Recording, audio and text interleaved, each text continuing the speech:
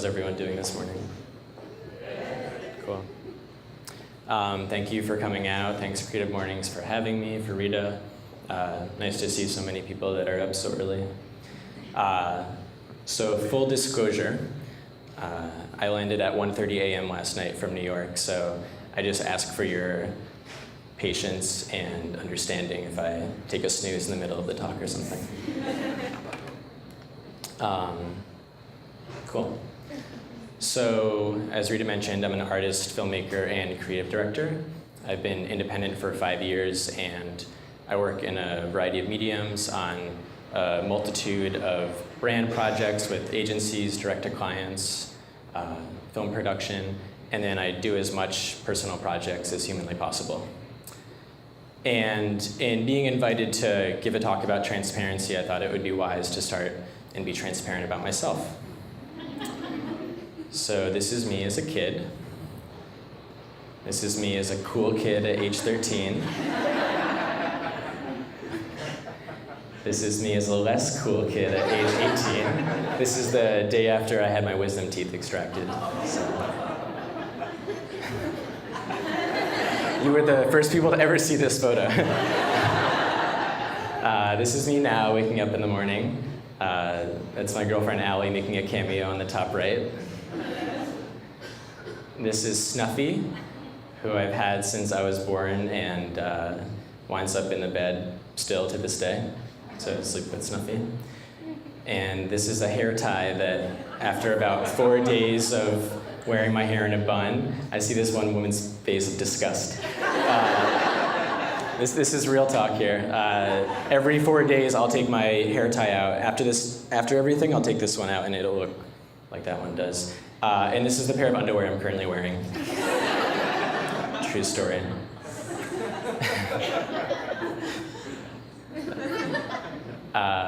So I hope that this talk impresses you. I hope it shifts your perspective in some way. I hope it inspires someone in the audience to hire me for a lucrative gig. And I hope it makes you like me, or at least more likable in some way. So I know Rita did an icebreaker. I've got another one for you just to kind of put everyone here in the hot seat. So we're gonna have everyone take their shirt off. So, no, I'd like you all to share the last photo on your phone and the backstory behind it, and I'll give you a minute for that.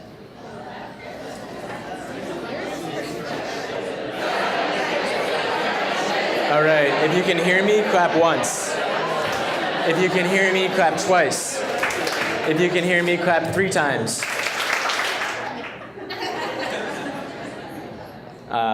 How is that? What's something that someone learned about the person sitting next to them? Yeah. Oh, what is something that you'd be willing to share about your partner pending their approval? I think behind you is also someone, if you wanted to share. Just a passion. A passion? Okay, cool. Yeah. I learned that Matt does ceramics. Cool. Good stuff. Maybe someone over here? Yeah, thanks. My friend Allie cares a lot about activism. Cool. Good stuff. Thank you. So I like this question because we're all on our phones, and what are people doing on their phones? And I decided to ask strangers on the street about this, and have gone around, and this was in New York City. And she says, this morning I took a picture of my cat shit.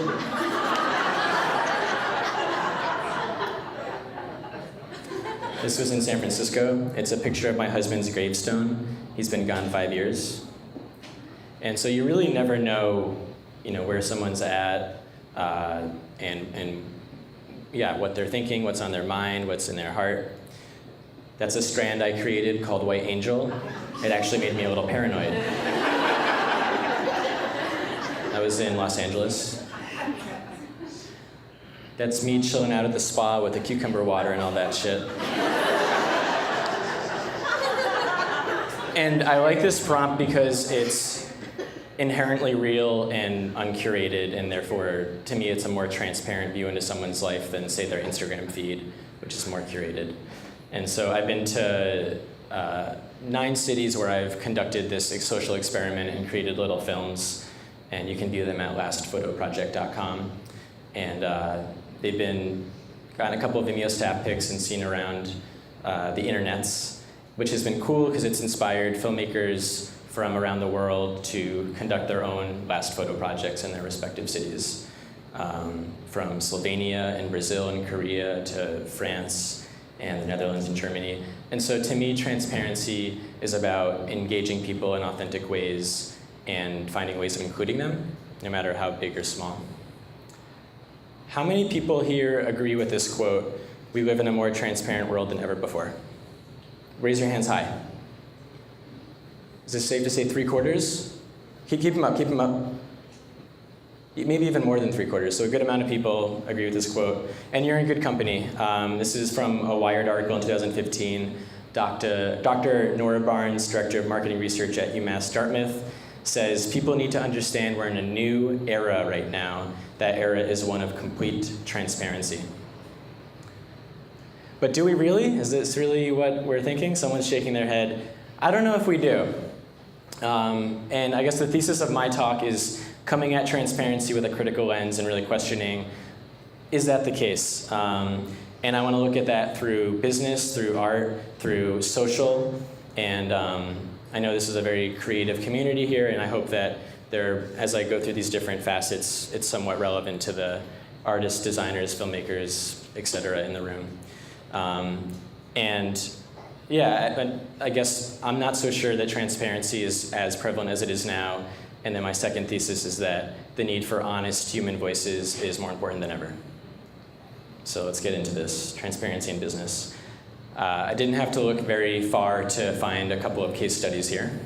And that's because corporations lie to us again and again and again. So Wells Fargo recently opened 5 million fake bank accounts for their customers. And then exactly 1 year before that, Volkswagen, as probably a lot of people know, cheated their emissions tests to make their cars more environmentally friendly. And the irony here, does anyone know Volkswagen's sub-company? It's Audi, and does anyone know their tagline? Truth in engineering. So, not to be a total downer here, but I find these things really interesting that these lies are coming up again and again. Here, Pepsi says Aquafina is tap water. Labels on bottles will be changed to clarify that their water originates from public sources. And so I think this is happening a lot of the time. These are only the ones that have gotten discovered. And I think there's a lot of things to blame for it. Something I'm interested in is how these companies or people that work in branding are considering their audience. And so the word consumers comes up a lot in creative briefs that I work on, and probably a lot of people in the room see this word come up. Even if it's not true in your case of work, we see it in the news. People are described as consumers. And I take offense with this word. I think it reduces people to nothing more than buying machines, and it just feels a little questionable to me, and maybe a little distasteful. And so this Time article asks, should we stop referring to people as consumers? Researchers say when we view ourselves and each other first and foremost as materialistic consumers, the results are a more depressed, anxious population and a more antisocial, isolated society. And in the last couple years, I feel like there's a new word that has described an audience, maybe not consumers, but a new one. Can anyone think of other words that are similar? Yeah. Users. Say that louder. Users. Users. Boom. So being in the Bay, I feel like we see this term a ton. And I get it, people are using things, and so it makes sense to describe people as users. But I would never tell someone like, oh, you're a user to their face. To me, it feels like something that you call like a drug addict is a user.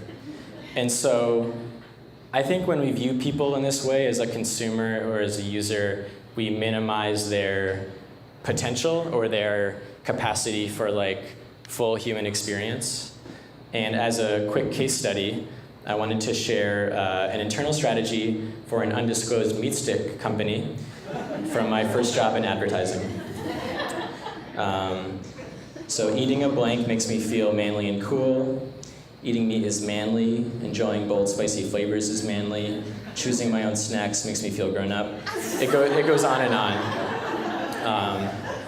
And I don't mean to throw this company under the bridge. This is how a lot of brand strategies work. But I think I actually grabbed this next slide from an ad agency that I was recently at. But if you talk to people the way advertising talk to people, they punch you in the face.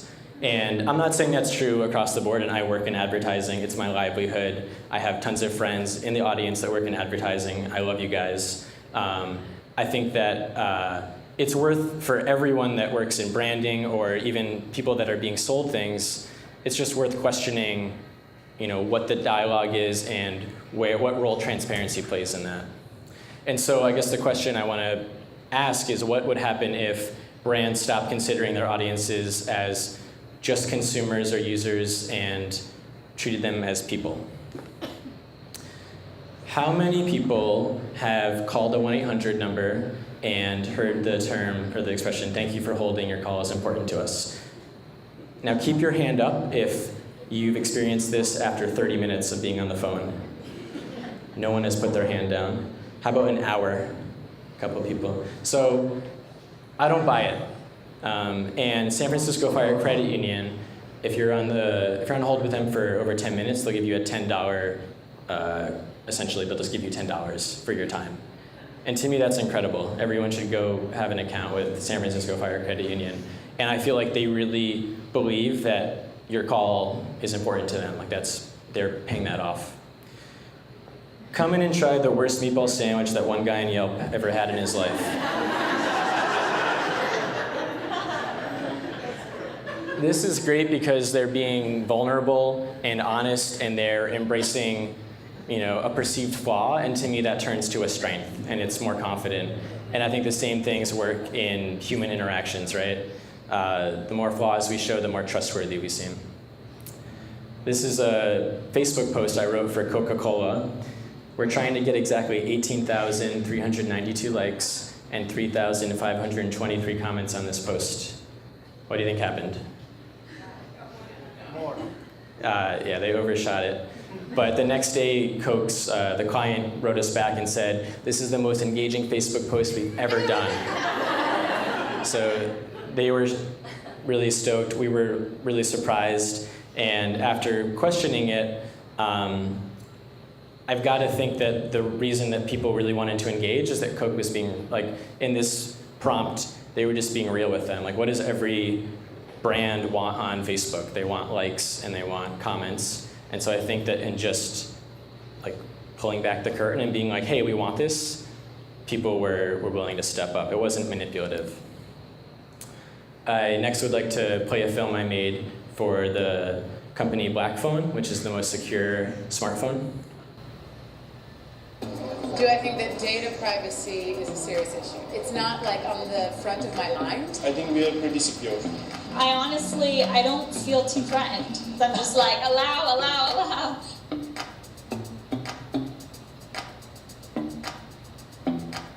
I agreed to let this app change my device's call log, including incoming and outgoing calls data. So why would they want to change my call log? Do you have any idea? So I allowed this app to record audio at any time without my confirmation. That's pretty terrible. This may allow the app to share or save my calendar data regardless of confidentiality or sensitivity. It's offensive. I give this app permission to modify calendar events and send emails without my knowledge. I give the app permission to read my text messages. Read my text messages? Read my text messages. I'll pause it there.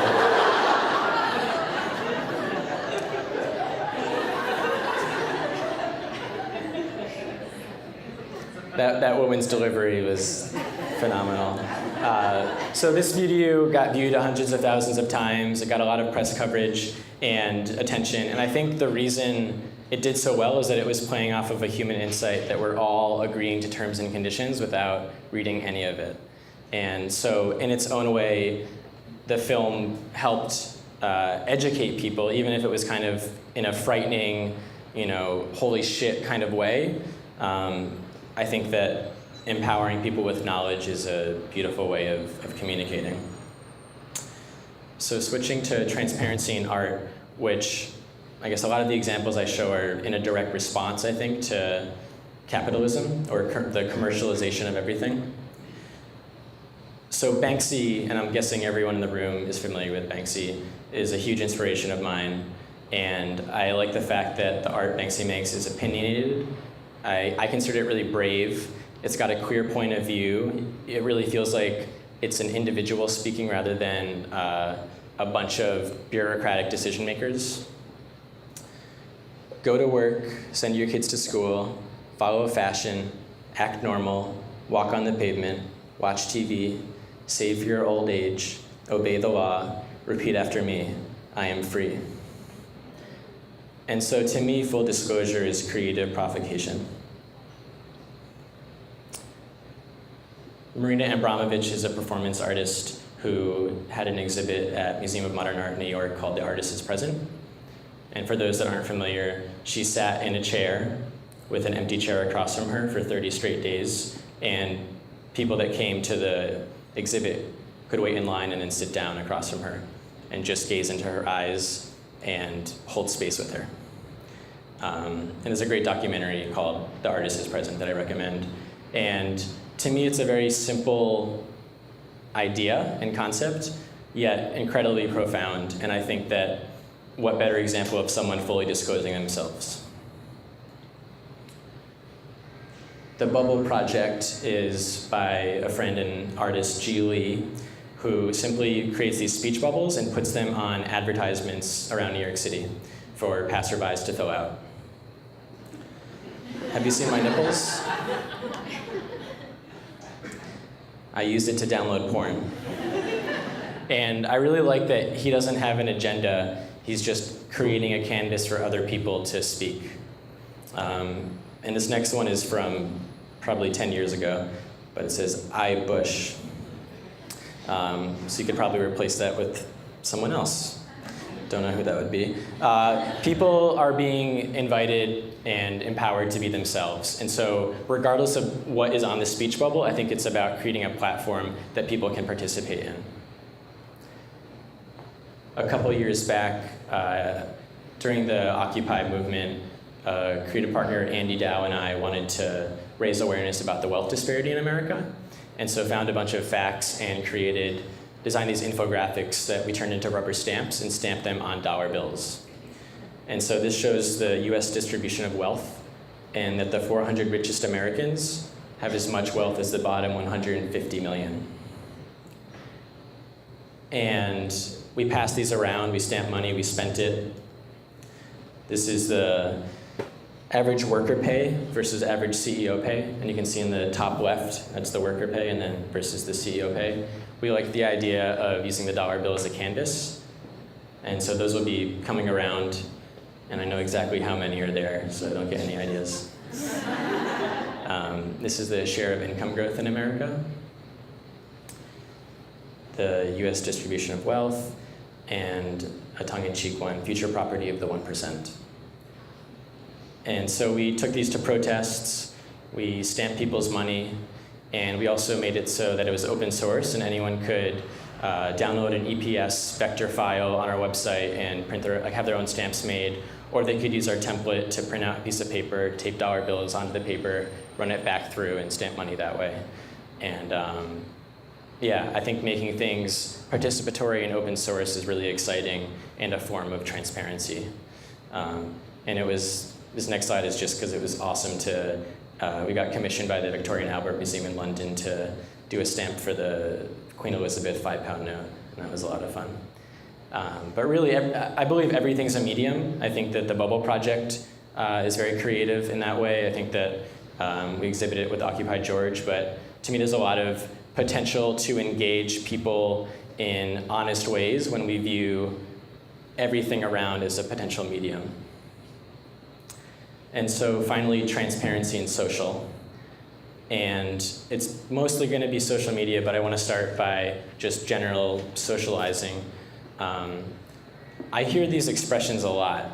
I'm not going to lie, or to be honest. How many people have either used or heard these in the last week? Good amount. Yeah, it's a part of our culture. And I find it really funny because when I say, to be totally honest, blank, it's kind of a caveat that maybe everything I've said up until now might not be totally true. And so I'm just really interested. I think that speak has a lot of power, and so the way we choose our words affects how we interact, how we're perceived. And so I just invite, I guess, you guys to contemplate that. Yeah, I find it really interesting. Moving to social media, probably no surprise here, but studies show that people are lying on social media. And how many people would agree with the statement that they've been dishonest on social media in the last month? I didn't think anyone raised. Okay, we have one person that raised their hand, and I appreciate it. I bet there's a lot more people if I framed it in how many people curated their social media presence or chose something to share versus what not to share. Yeah, that's everyone that has a social media account. Thank you. You know, it's natural to play up the wins and to hide the less glamorous or sexy times. Like, so right now, can I get everyone to wave for a second to me? Hi. Just gonna take a quick photo. And guess what I'm gonna do with this? Probably use it to my advantage and share it at some point. I'm not gonna be taking a photo of myself in the bathroom later on. So even that is kind of a form of, you know, curation, right? There's this Australian teenager, Asina O'Neill, who made headlines about a year ago for quitting Instagram. She had over 600,000 followers. She was an Instagram celebrity, and she claimed social media isn't real life. She talked about it being perfectly orchestrated, self-absorbed judgment, and even gave examples in her Instagram feed where she went back and edited the captions. And here she says that she had her little sister take over 100 photos so that her stomach looked just right, and that she didn't even eat that day because she really wanted to, you know, look just right for the photo. In this next one, she talks about how she made anywhere between $400 and $2,000 per photo that she wore designer clothing.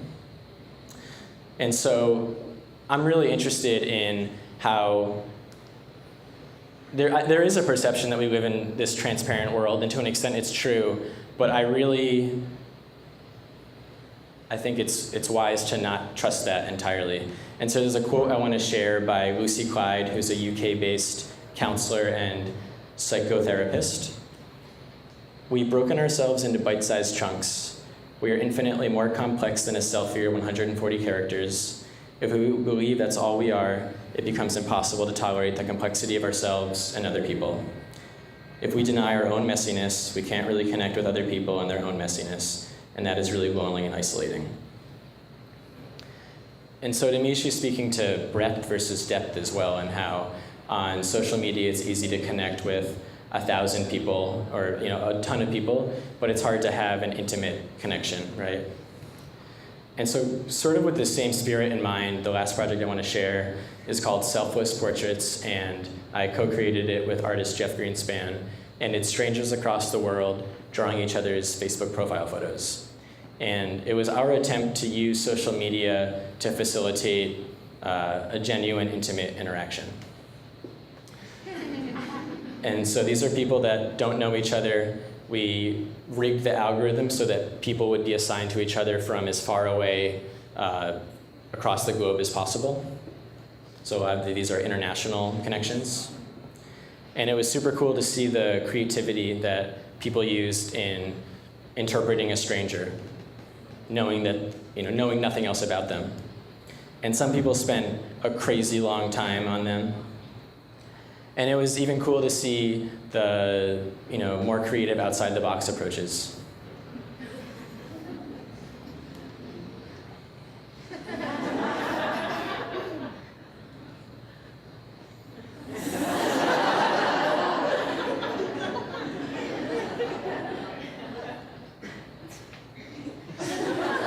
And so it's just fun to see, you can put yourself in the minds of the person that is doing this portrait, and they're feeling so mischievous and like, oh, I'm just gonna like tweak this thing. And it's very playful and sweet, and to me, yeah, there's something very warm about it. This was drawn in the Congo. And then this next one to me feels especially intimate, knowing that they were willing to put a stranger on their body. And so what would a natural extension of that be? Can you say that louder? Tattoo, yeah, thank you. So this is a tattoo artist. And this is a guy that got a tattoo of a stranger's Facebook profile pic through our project. So that's Joey on the right and Amarildo from Sao Paulo, Brazil on the left. They've never met, and they're forever connected. And so the project is now in archive mode because Facebook updated their API, and we didn't have the energy or funds to, keep the project going. But we had over 50,000 portraits drawn from 153 countries, and I'm super proud of the response that the project got. And I think that despite there being a lot of barriers and having to upload your photo, because it was a one-for-one where you had to draw someone else in order to have your portrait drawn. But we encourage people to draw like in analog offline and then scan it back up. I think that the time that took actually made it more rewarding and meaningful, and less disposable than, say, like a poke. And this project was able to come to Sundance as an experiential installation last year at the Airbnb house. And it was just really rewarding to take it from online to offline and see people interact and draw these strangers in real life. And a lot of people were surprised at how much time they spent. This woman says, I thought it was going to be a couple minutes, and then I spent half an hour. It's a reminder that there's other people in the world who we don't know, but we can connect with so easily. And my favorite, heck yeah, this is going up on my wall.